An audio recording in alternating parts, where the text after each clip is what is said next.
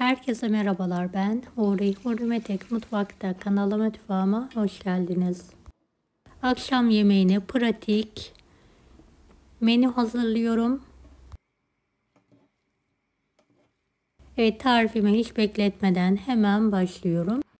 Evet, köy tavuğum var, şöyle parçalanmış, yıkadım, tencereye alıyorum.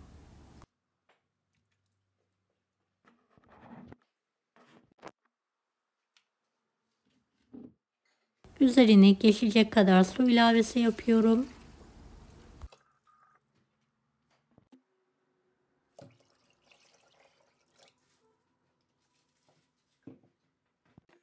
Ocağın üzerine alıyorum ve yumuşayana kadar pişirmeye bırakıyorum.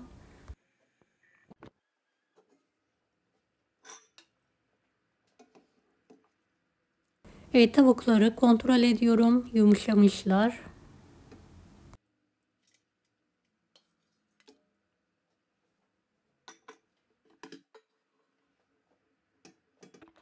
Üç adet patates, bir adet havucu şöyle iri iri doğradım.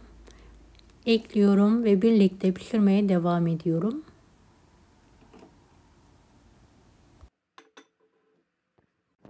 Bir adet büyük boy kuru soğanı yemeklik olacak şekilde doğradım. Kokusu çıkana kadar kavuruyorum.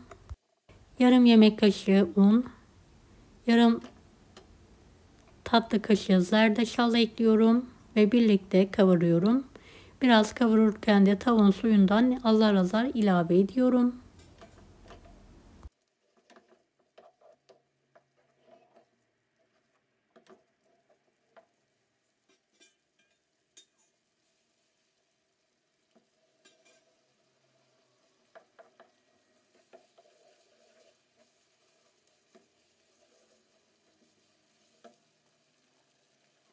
Evet, soğanlı sosu ilave ediyorum ve karıştırıyorum.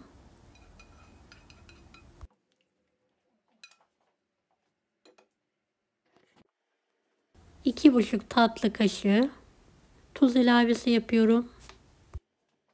Patatesler ve havuçlar yumuşayana kadar pişirme işlemine devam ediyorum.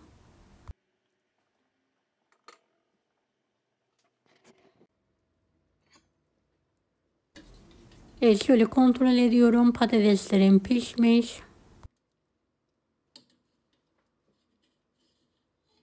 Köy tavuğu olduğu için suyu o kadar lezzetli ki anlatamam.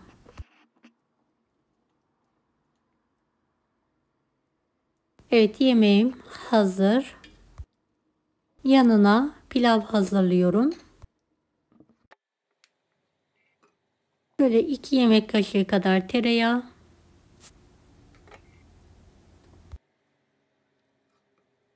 Biraz sıvı yağ ekliyorum ve eritiyorum.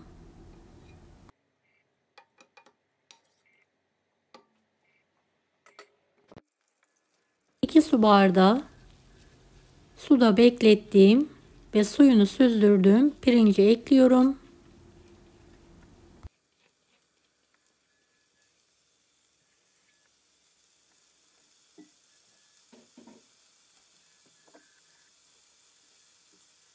Evet, 1,5 tatlı kaşığı tuz ilave ediyorum. Ve pirinçler topak olana kadar kavuruyorum.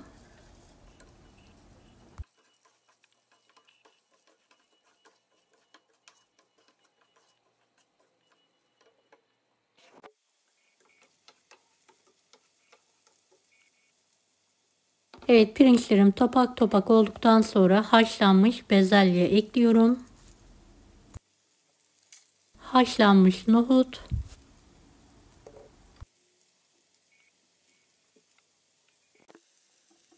Kavun suyundan bir miktarda su ilavesi yapıyorum.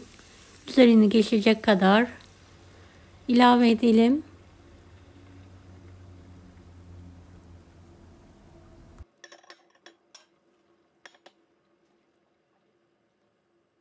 Suyuna da biraz tuz ilave edelim ve karıştıralım.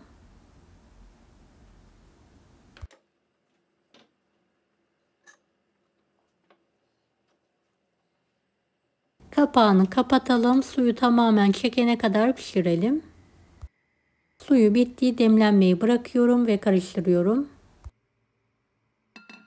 Bezelyeli, nohutlu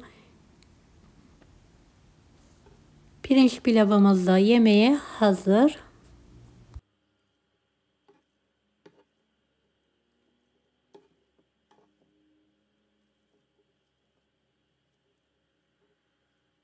Deneyecek olan herkese şimdiden kolaylıklar dilerim. Kanalıma ücretsiz abone olmayı unutmayın. Allah'a emanet olun. Hoşça kalın.